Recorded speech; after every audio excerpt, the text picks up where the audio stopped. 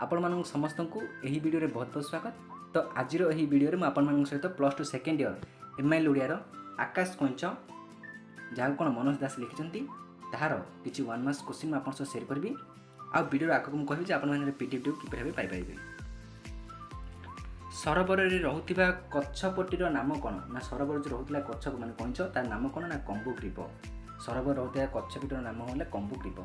कम्बुग्रीव कौन थी परिवेशटा को संतुष्ट कर ना कम्बुग्रीव उच्चाभिलाषी तार परिवेशटा को संतुष्ट कर कच्छपटी कूल को उठी जाए क्यों विचरण करता ना कच्छपटी कूल को उठी जाए मृत्यु समीरण में विचरण करता। कच्छपटी आखि बुझी क्योंठी भली कि भली अजब दृश्य देखे ना कच्छपटी आखि बुझी बिग विमुग्ध कल्पलोक भली कि भली अजब दृश्य देखे। केतेबेले दुई गोटी हंस सरोवर में उपनीत होते ना को ऋतु वर्षा ऋतु दुई गोटी हंस सरोवर में उपनीत होते। खंडीए काठीर दुई प्रांत को किए कामुड़ी धरी ना खंडीए काठीर दुई प्रांत को संकट और विकट संकट धरी। परीक्षा सफल बोली किए कही ना परीक्षा सफल बोली किए कही ना विकट कही विकट कहले से परीक्षा सफल। नेक्स्ट कहवा देखा शून्य थिबा जाए मुह न खोलिबा किए कम्बुग्रीव को चेताई देथिला ना शून्य थिबा जाए मुह न खोलिबा को संकट कम्बुग्रीव को चेताई देथिला। तो आउ तो देखिदेबा परीक्षा सफल बोली विकट कहिथिला किंतु शून्य थिबा जाए मुह न खोलिबा को संकट कम्बुग्रीव को चेताई देथिला। आकाश रे भविष्यत अंधकार बोली किए कहिछि ना का किए कहिछि काउ कहिछि आकाश रे भविष्यत अंधकार। हंस माने विश्वासघातक बोली किए कहते ना बक कही हंस माने विश्वासघातक।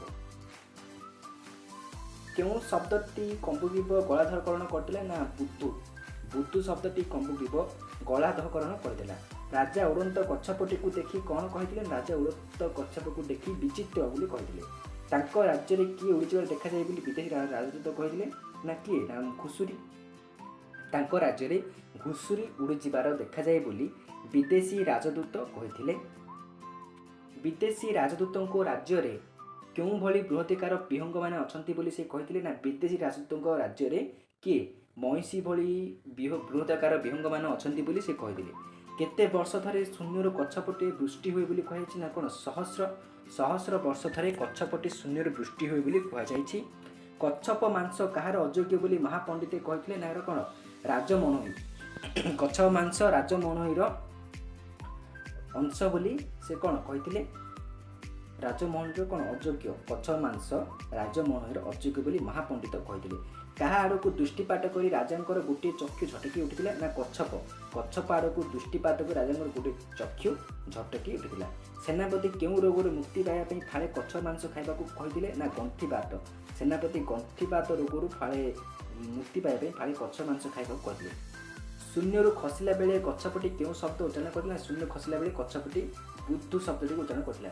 क्यों व्याधि से मुक्त होगा जरूरी बोली राजा कहते ना क्यों राति बुद्धू व्याधि से मुक्त होगा जरूरी बोली राजा कहते। राजा कोल पाचकर सहकारी कौन बिछाई देथिला ना राजा कोल पाचकर सहकारी महामंत्री पगड़ी मंत्री पगड़ी बसाइला।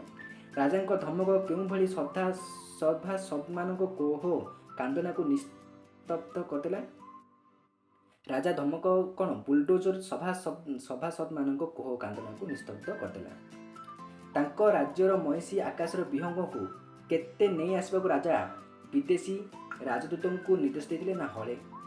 महत् कार्य बोली राजा क्यों कार्य को इंगित करछंती महत् कार्य क्या युद्ध को इंगित करछंती। नेक्स्ट देखिबा कम्बुग्रीव क्यों परिवेश संतुष्ट करिपा नथला। कम्बुग्रीव को कौन स्वच्छ सरोवर और सबुज उपत्यका ताको संतुष्ट को करिपा नथला।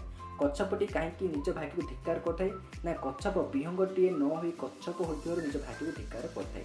क्यों मानक मध्य तर्क सभा होवार कम्बुग्रीव देखिपार ना गीत बोली पार्था गछलता मेघमाला भितर सीधासख झड़ी आसुवा सातरंगी नदी प्रशस्त सदन एकत्रित सुनाम धन्य नर और बानर वर्ग मध्य लांगुलर उपयोगिता संपर्क में तर्क सभा होवार कम्बुग्रीव देखिपारुथिला।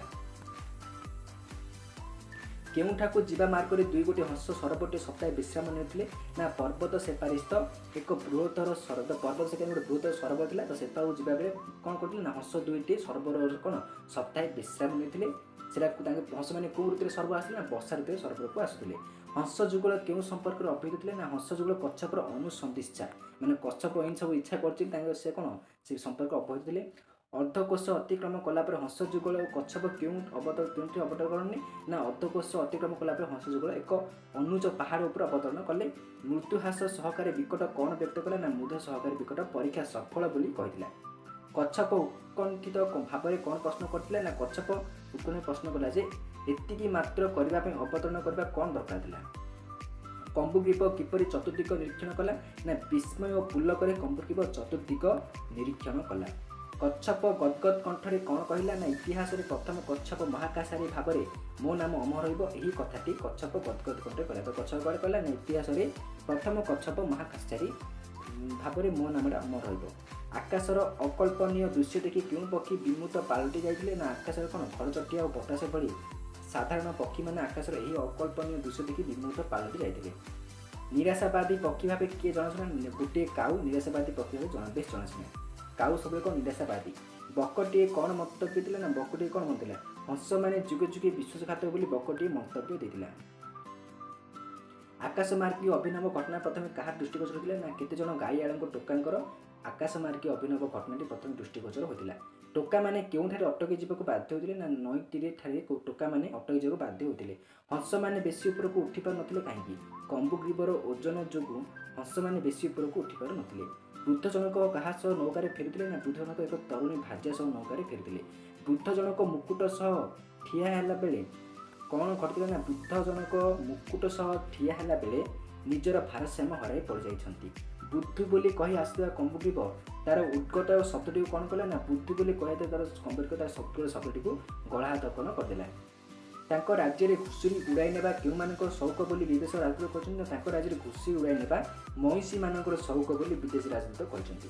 ସଭା ସଦ୍ବର୍ଗ କାହିଁକି ଶଙ୍କିତ ହୋଇଥିଲେ ନା କମ୍ବୁଗ୍ରୀବ ସଶବ୍ଦେ ରାଜନଅର ଛାତ ଉପରେ ପଡ଼ିଲାରୁ ସଭା ସଦ୍ବର୍ଗ ଶଙ୍କି ଯାଇଥିଲେ।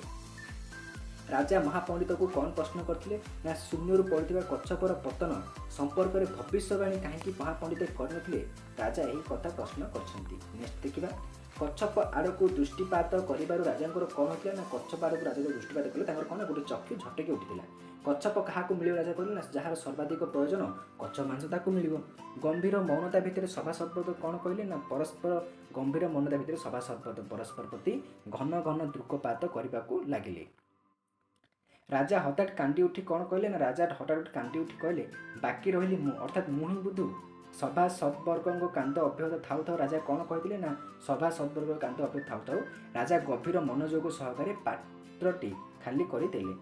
ରାଜାଙ୍କ ଧମକ ସଭା ସଦ୍ଗତମାନଙ୍କ କ'ଣ ପଚାରିଲା ରାଜାଙ୍କ ଧମକ ସଦା ସଦ୍ମାନଙ୍କର କ'ଣ ଭଳି ସଭାସଦମାନଙ୍କର କୋହଳ କାନ୍ଦନାରୁ ମାଳି ମକଜି ନିସ୍ତବ୍ଧ କଲା। ରାଜା କ'ଣ ଧମକ ଦେଲେ ତାଙ୍କ ଯେଉଁ କୋହଳ କାନ୍ଦନା ଶୁଥିଲା ସେ କ'ଣ ମଡ଼ି ମକଜି ନିସ୍ତବ୍ଧ ହୋଇଥିଲା। ସେନାପତି ଗଣ୍ଠିବାତ ଭୋଗିବାର କାରଣ କ'ଣ ବୋଲି ରାଜା କହିଛନ୍ତି ନା ଦୀର୍ଘକାଳ ହେବ ଯୁଦ୍ଧ ଭଳି କୌଣସି ମହତ୍ କାର୍ଯ୍ୟରେ ହାତ ନ ଦେଇଥିବାରୁ ସେନାପତିଙ୍କ ଗଣ୍ଠିବାତ ରୋଗ ହେଉଛି ବୋଲି ରାଜା କହିଛନ୍ତି। ତ ଏଇ ଥିଲା ଆକାଶ କଇଁଚ ଯାହା ମନୋଜ ଦାସଙ୍କର କିଛି ୱାନ୍ ମାର୍କ୍ସ କ୍ୱେଶ୍ଚିନ୍। ଯଦି ଆପଣ ଏହାର PDF ଚାହାନ୍ତି ତାହେଲେ ଡିସ୍କ୍ରିପ୍ସନ୍ରେ ଆମର ଟେଲିଗ୍ରାମ ଲିଙ୍କ୍ ଅଛି ସେଥିରେ ଆପଣ ଜଏନ୍ ହୁଅନ୍ତୁ ଆପଣମାନଙ୍କୁ ଏହାର PDF ମିଳିଯିବ। ତ thank you to all of watching this video.